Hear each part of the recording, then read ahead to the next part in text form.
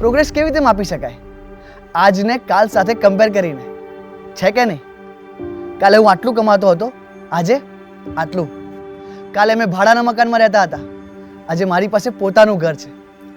કાલે હું બાઇક પર ફરતો હતો અને આજે મારી પાસે કાર છે.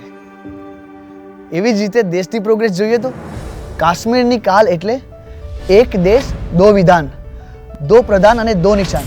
અને આજ એટલે એક ભારત શ્રેષ્ઠ ભારત, સરદાર સાહેબનું સપનું થયું સાકાર.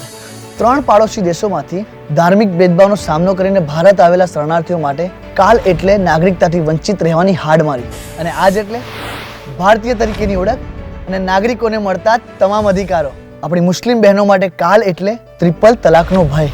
અને આજ એટલે ન્યાય અને હકોની સુરક્ષા.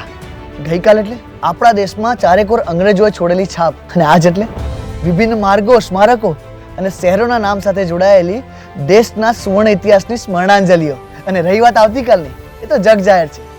આવતીકાલ એટલે વિકસિત ભારત 2047ની સોનેરી સવાર. એટલે જ તો ફરી એકવાર મોદી સરકાર.